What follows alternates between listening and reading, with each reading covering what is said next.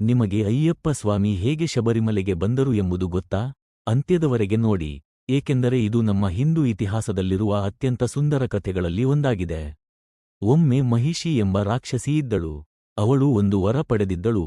ಅವಳನ್ನು ಕೊಲ್ಲಲು ಸಾಧ್ಯವಾಗುವುದು ಶಿವ ಮತ್ತು ವಿಷ್ಣು ದೇವರ ಸಂಯೋಗದಿಂದ ಹುಟ್ಟಿದ ಮಗುವಿಗೆ ಮಾತ್ರ. ಇಂತಹ ಮಗು ಎಂದಿಗೂ ಹುಟ್ಟುವುದಿಲ್ಲ ಎಂದು ಅವಳು ನಂಬಿದ್ದಳು. ಆದರೆ ಲೋಕವನ್ನು ರಕ್ಷಿಸಲು ವಿಷ್ಣು ದೇವರು ಮೋಹಿನಿ ರೂಪವನ್ನು ತಾಳಿದರು, ಸಮುದ್ರಮಥನದ ಮನಮೋಹಕ ರೂಪ. ಮೋಹಿನಿಯ ಮತ್ತು ಶಿವನ ಸಂಯೋಗದಿಂದ ಒಂದು ದೈವಿಕ ಮಗು ಜನಿಸಿತು. ಆ ಮಗುವನ್ನು ಕೇರಳದ ಪಂಪಾ ನದಿಯ ತೀರದಲ್ಲಿ ಬಿಟ್ಟು ಹೋಗಲಾಯಿತು. ಪಾಂಡಳಂ ರಾಜನು ಅವರಿಗೆ ಮಕ್ಕಳಿರಲಿಲ್ಲ. ಆ ಶಿಶುವನ್ನು ಕಂಡು ಅವನ ಕತ್ತಿನಲ್ಲಿದ್ದ ಚಿನ್ನದ ಗಂಟೆಯನ್ನು ನೋಡಿ ಆಶ್ಚರ್ಯಗೊಂಡರು. ಅವರು ಅವನಿಗೆ ಮಣಿಕಂಠ ಎಂಬ ಹೆಸರು ಇಟ್ಟು ತಮ್ಮ ಮಗನಂತೆ ಬೆಳೆಯಿಸಿದರು. ಮಣಿಕಂಠನು ಜ್ಞಾನಿ, ಧೀರ ಮತ್ತು ಎಲ್ಲರಿಂದಲೂ ಪ್ರೀತಿಸಲ್ಪಟ್ಟವನೂ ಆಗಿ ಬೆಳೆದನು. ರಾಜ್ಯದ ದಿವಾನ್ಗೆ ಒಂದು ಭಯ, ಮಣಿಕಂಠ ರಾಜನಾದರೆ ತಾನು ಅಧಿಕಾರ ಕಳೆದುಕೊಳ್ಳುತ್ತೇನೆ ಎಂಬುದು. ಹೀಗಾಗಿ ಅವನು ರಾಣಿಯೊಂದಿಗೆ ಸಂಚು ರೂಪಿಸಿದ. ರಾಣಿ ಅನಾರೋಗ್ಯವಾಗಿರುವಂತೆ ನಟಿಸಿದರು. ರಾಜವೈದ್ಯರು ಹೇಳಿದರು, ಅವಳಿಗೆ ಗುಣವಾಗಲು ಹುಲಿಯ ಹಾಲು ಬೇಕು ಎಂದು. ಮಾತ್ರ 12 ವರ್ಷದ ಮಣಿಕಂಠ ಮುಂದೆ ಬಂದು ನಾನು ತರುತ್ತೇನೆ ಎಂದನು.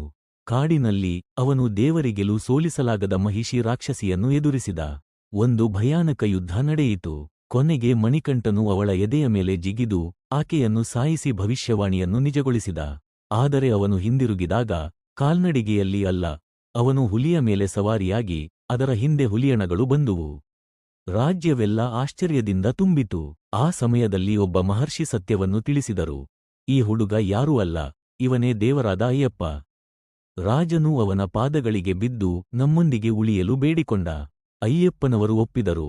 ಆದರೆ ಒಂದು ಷರತ್ತು, ತಾವು ಬಿಟ್ಟ ಬಾಣ ಬಿದ್ದ ಜಾಗದಲ್ಲೇ ಅವರಿಗೆ ದೇವಸ್ಥಾನವನ್ನು ಕಟ್ಟಬೇಕು. ಬಾಣವು ಪರ್ವತಗಳಿಗೆ ತೆರಳಿ ಶಬರಿ ಬೆಟ್ಟದ ಮೇಲೆ ಬಿತ್ತು. ಅದು ರಾಮಾಯಣದಲ್ಲಿ ಶಬರಿಯು ರಾಮನಿಗಾಗಿ ಕಾಯಿದ್ದ ಪವಿತ್ರ ಸ್ಥಳವೇ ಆಗಿತ್ತು. ಅಲ್ಲಿಯೇ ದೇವರಾದ ಅಯ್ಯಪ್ಪ ಸ್ವಾಮಿ ಶಾಶ್ವತವಾಗಿ ವಾಸಿಸಲು ಆಯ್ದುಕೊಂಡರು. ಹೋಗುವ ಮೊದಲು ಅವರು ಒಂದು ವ್ರತ ಮಾಡಿದರು, ಶುದ್ಧ ಮನಸ್ಸು ಮತ್ತು ಭಾಕಾಕ್ತಾ ಬರುವವರೇ ತಮಗನ್ನು ಸೇರುವಂತೆ. ಆದ್ದರಿಂದಲೇ ಇಂದು ಲಕ್ಷಾಂತರ ಭಕ್ತರು 41 ದಿನಗಳ ವ್ರತ ಪಾಲಿಸಿ ಬರಗಾಲಿನಿಂದ ನಡೆಯುತ್ತಾ ಅವರ ನಾಮವನ್ನು ಜಪಿಸುತ್ತಾ ಶಬರಿಮಲೆಯ 18 ಪವಿತ್ರ ಪದಿಗಳನ್ನು ಏರುತ್ತಾರೆ.